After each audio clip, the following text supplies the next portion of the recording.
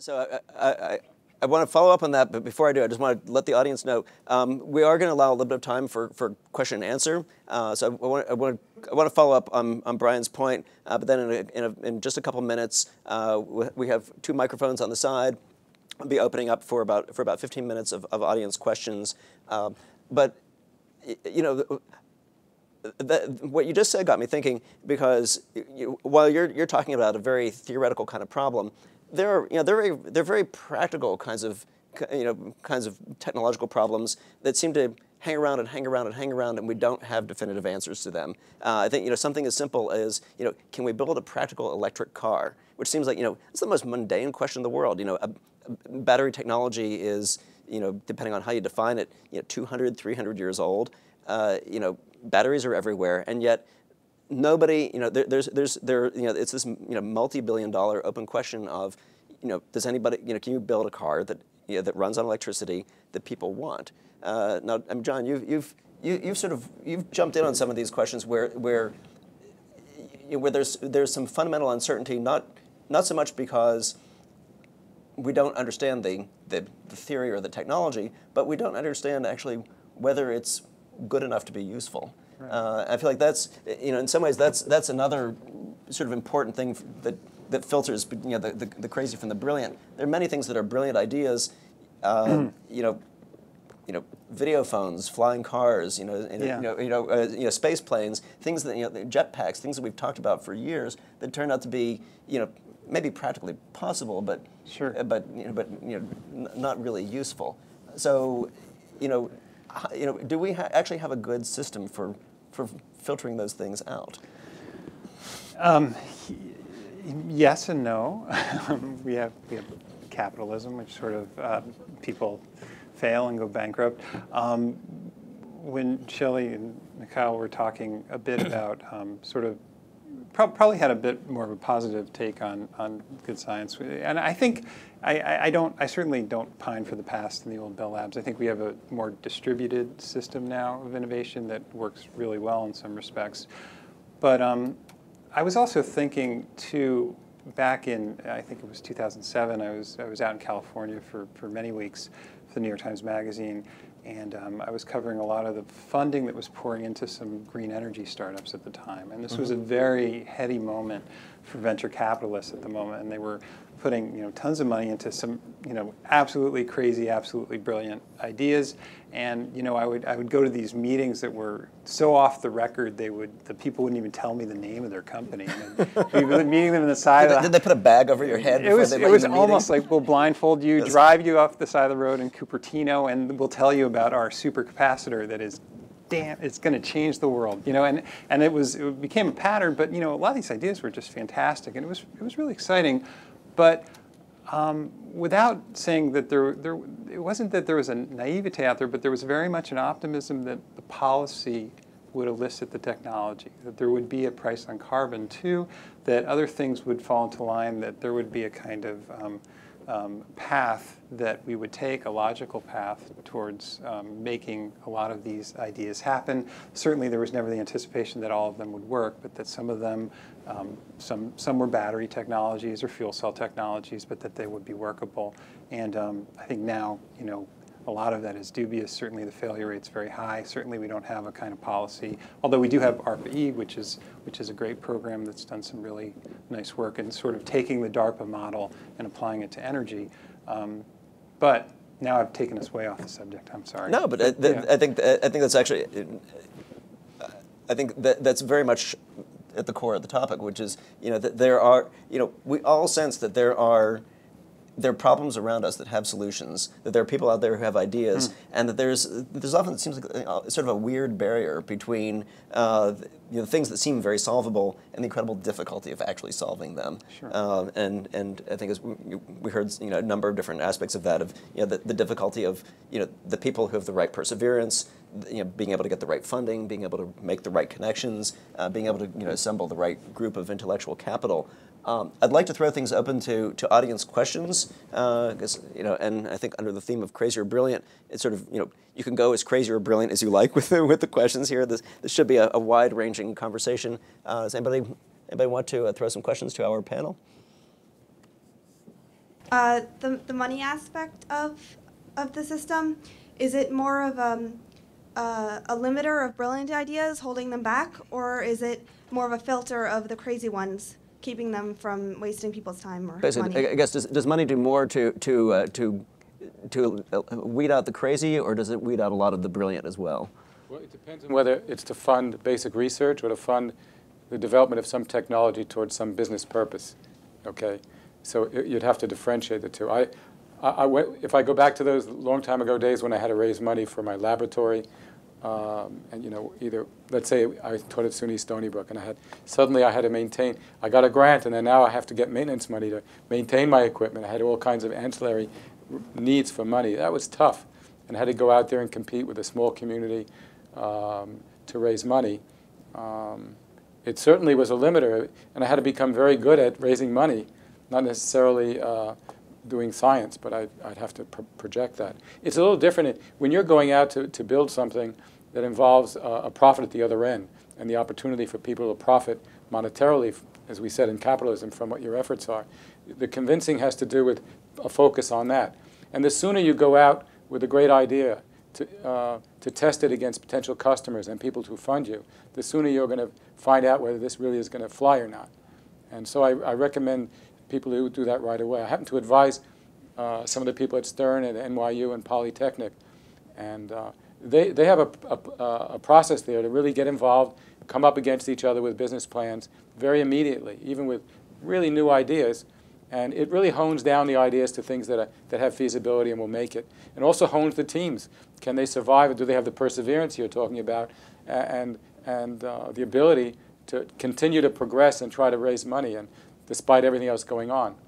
So in the realm of business orientation, I think it's a good filter. It's good to get going because that's what it's all about. Coming up with an idea that has a potential win, convincing others that it does enough to join you and or fund you and or be your customer. As far as science is concerned, basic science, it's harder. The group that has, quote, has money and is willing to do it could at one end be philanthropic and say, well, I'd like string theory to happen in my lifetime, and I'd like you to maybe put my name on one of your strings or something. And because that's the way philanthropy seems to work a lot. People like their name to go down in history. So, but otherwise, if it's agency, I think a good role for government is to provide funds for both education and for basic research without strings, and let the those strings. Yeah, without the other kinds of strings. Okay, I don't mean those strings. Okay, but okay. Well. So John, actually, this also sort of ties back to what you were just trying to say. So you're out in Silicon Valley looking at these green energy startups, or you're in Detroit looking at some of these battery companies. Mm-hmm. I mean, was your impression that you were looking at brilliant ideas that couldn't get funded, or that you were looking at sort of fundamentally impractical ideas that were scrounging for a handout? I mean, I think it's hard to tell. And I think even... I guess if we knew, there'd be more brilliant and less crazy in the world. There would, and the line was so fine. And I mean, even in Bell Labs, when you think of these sort of great world-changing things that happened, I mean, communication satellites was treated as a kind of slightly crazy idea within Bell Labs. And eventually it was transferred over to the development department and became, Telstar. But the original satellite was really a kind of fringe experiment carried on by a small group of people at the Homedale Laboratory in Bell Labs. Also, I mean, if you look at sort of the origins of optical fiber, I mean, Charles Cow was in Europe believing that glass fibers could, be the future of telecommunications, and he literally went around the world. And the smartest people in the world, the smartest people at Bell Labs said, well, yeah, maybe not. But there was this sort of question, was that crazy or brilliant? It was, in retrospect, absolutely brilliant. But not at all clear at the time. Right, and the smartest, scientists and electrical engineers at the time really just didn't recognize or couldn't see the future. Okay, let's we've another question here. So you answered a lot of my question already from this previous conversation. So we'll move on to maybe a part two. It seems that government money for research is drying up. As just basic scientific research is drying up. What is the future of that? Do we see it in foundations? Is it possible to think of potentially a market for scientific research? And going even beyond that, as far as the market for scientific research is concerned, how would you quantify potential reward on basic scientific theory? I mean, no one's going to think that if Einstein was pitching a VC, he would have mentioned GPS in any way.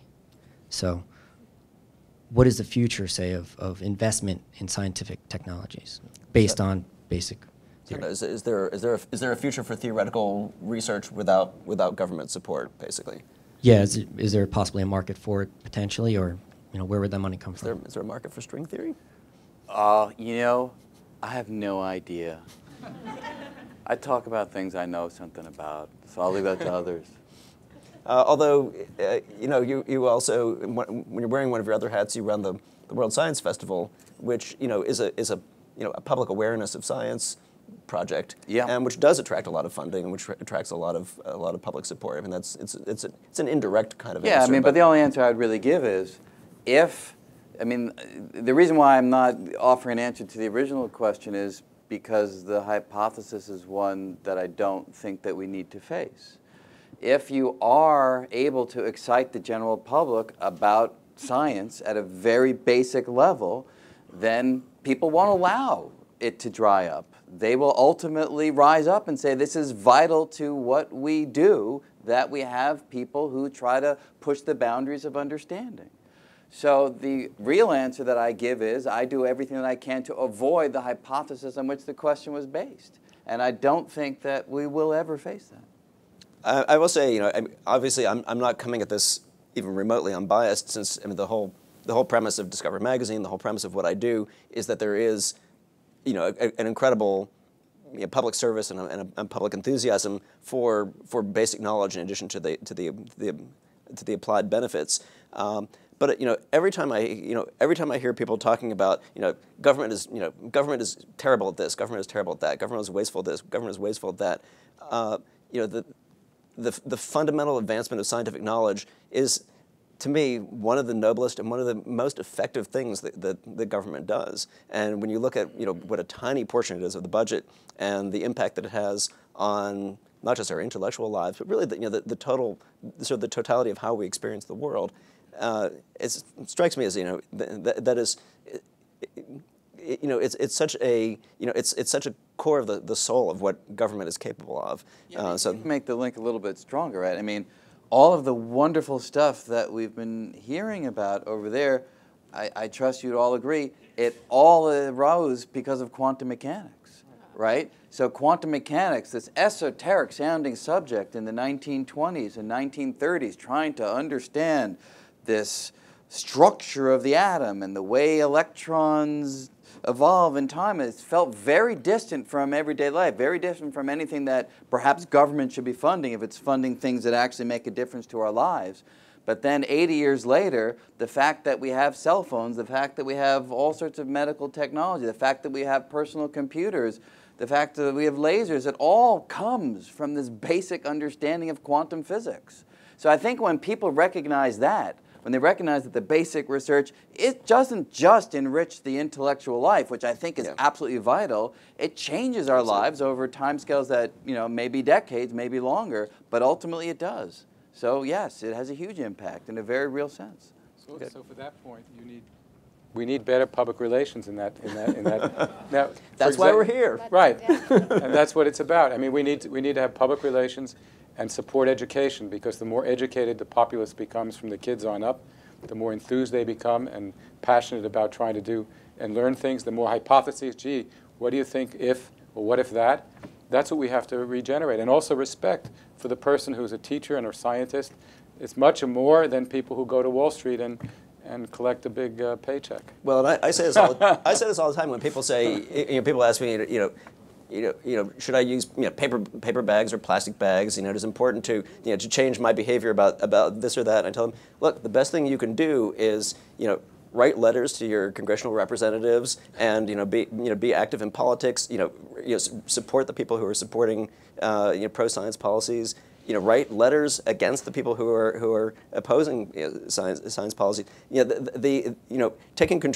Participating in the political system is so much more important than buying a bottle that has a slightly smaller cap, so it theoretically uses a little bit less plastic. The policies and the support are the things that are going to produce the scientific ideas. They're going to lead to the real the radical changes rather than the tiny incremental ones. So let's get another question or two in before we have to wrap up. I'm a psychologist, and I ask people about uncertainty all the time. And there's many questions I have, but I would like each one on your panel to answer this one. I've asked many people that are very successful in life, when you are confronted by a situation where you have all the facts, intellectual information on one side telling you to do this, but on the other side, your intuition and gut feeling is telling you to do the exact opposite. What do you do? Ask my wife. John, what do you do? I ask my wife too a lot of times in those situations. I think I often go with my gut. Michal? Yeah, I would say I would go with my gut and ask my husband. Of course, after I've asked my wife, no, I would go with my gut. I think if you're passionate enough about it, you'll convince everybody around you that's important to succeeding in making it all possible. So does that mean that you all support crazy is more important than brilliant? Well, I don't. Are you saying that everybody here is married to somebody who's crazy? No, I think that intuition and intelligence have to work somehow integrated in a good way. But every successful person that I've ever asked all voted that they follow their gut, their instinct, some intuitive sense, which I think speaks to the whole issue that you guys have been discussing.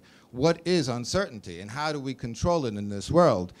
And scientists have been doing everything that they can, but it is a very elusive subject, isn't it? Well, it's a good point. I'd also like to throw one further idea on that, which is there's this idea of emotional intelligence that a number of people, including the researcher Tony Damasio, has talked about. That you've created something of a false dichotomy between what you know intellectually and what you know emotionally. That those two things inform each other. The idea that we have a purely rational self or that we have a purely emotional self that's not based on data.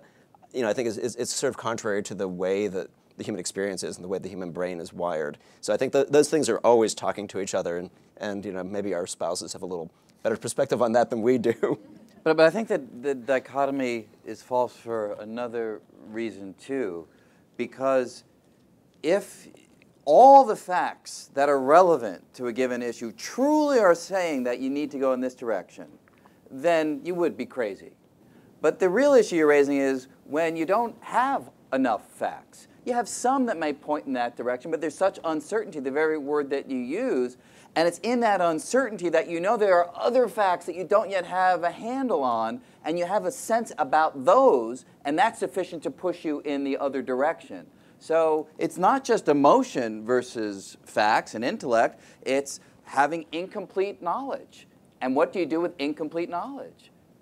Trust your intuition. Yes, exactly. Well, I think there is a psychologist who got the Nobel Prize in economics, Daniel Kahneman, whose book is very popular out there. I think it's Thinking Fast, Thinking Slow, that addresses just that. Yeah. Let's see. So I think we have time for one or two more questions. What do you think? Okay, let's take one last question. Okay, that's me. Okay. Everybody's been talking about government, and I wanted to ask about the whole university system. And what role tenure and getting ahead has to do with that. You said that your good students want to be in string theory now, but did they when it was not cool? And what happens to those people? And what happens to those people with other kinds of ideas? Do they suppress them if they want to make it within academia? Does academia itself? You also mentioned, Michal, that people rolled their eyes, and the question is, how did you get past that eye-rolling state before you were out of the system? I should say, and then Brian, I'm sure you have also opinion about that. I should say that it was nerve-wracking to have the rolling eyes while the clock is ticking. Absolutely. And I was lucky to have the recognition of the community that, yes, this is something that we should all work on before I got tenure. But it's pretty unusual. It was a pretty unusually fast-growing field. But absolutely, it's and actually most of the crazier subjects and the most innovative do not come pre-tenure because of that. I guess the only thing I would say is certainly when I was working on string theory as a graduate student, the general sense was that it was not a smart move, that this was a fad that a small sector of the community was focused upon that would go away, and that one was doing one's career damage by working in this area. And I wouldn't say that I sat down and thought about it and came to the conclusion that I was going to pursue it anyway. I think the truth, and I don't mean this in some sort of maverick, wild man sense, I just didn't care. I wasn't thinking about those sorts of things back then, and most of the young students that I was working with at the time weren't either. We were excited about it. It seemed like the next great thing to be working on, and that's what we did 16 hours a day. And the question of tenure was not driving us one way or another. And it sounds idealistic, and in many ways it is, because when I became a faculty member later on, and I'd have students, and I'd say, look, just work on what excites you. And yeah, many of them didn't get a postdoc. They didn't get to the next, and I would feel bad. I was like, did I make a mistake in not steering them to work on something that might have landed them that job? And it's a difficult issue that we continue to face. But the bottom line is, if you're not really excited about what you're working on, even if it's in the area that you stand a better chance of getting a job, you're not going to succeed anyway. So the passion has to be there. The drive to work 12, 15, 16 hours a day has to be there. And if you're not excited about it, it's not going to happen. So there's a mixture between the two, and it's a delicate balance. I think that every student ultimately has to try to figure out how to work between the two extremes. Okay, I think this is probably going to be where we need to end the conversation. But I just wanted to let John and Shelley chime in if you have any final thoughts before we wrap up our conversation. I want to suggest another area that has a lot of empirical data that's become a hobby of mine now, and that you can apply. You don't have to worry about the experiments and the empirical data, and that has to do with a little talk that was given next door that I passed by. It's called Mind-Body Studies, and basically consciousness, all stemming from the placebo effect, and the fact that somehow this brain of ours is able to adapt and change itself, and we understand very little about it. There is a plasticity available within the brain that has allowed us to do all kinds of amazing things. And there's a whole history of thousands of years of practice that are not Western, but in the Eastern areas, that we often just discard without taking a look at it as scientists to figure out the why, to model it and see how we can integrate it into our healing systems. And were I 20, 30 years younger, as I had mentioned to you, I would probably be jumping into it. Now I'm sort of just connecting people and hoping that they'll move ahead with it. Well, it's true. Yeah, we're all talking about the product of what the brain does, but we haven't really talked about improving what the brain does, and that's certainly a big area of research, is sort of understanding ourselves from the inside out. I don't know, John. I'll let you have the final word. Are you optimistic that it's actually possible to improve the way we think? Wow. You have 5 seconds. Whatever you say stands. Can I just say that's both crazy and brilliant. Thank you. All right. All right. I will let you off the hook there. Okay, good. All right. Well, thank you all so much. Please join me in thanking our panelists here. I think we're.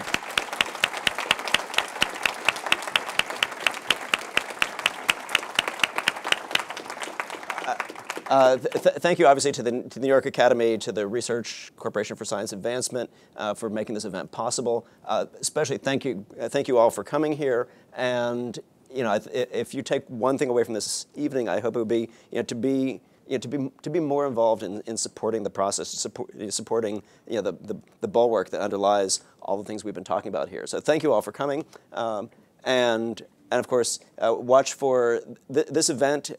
Is not just an event tonight. It's going to appear on the Discover magazine website in video form. It'll appear in the magazine in print form later in the year. So if you want to revisit any of the ideas, if you want to weigh in and sort of recap any of this, you'll have plenty of opportunities to do so. So thank you all very much. Have a good night.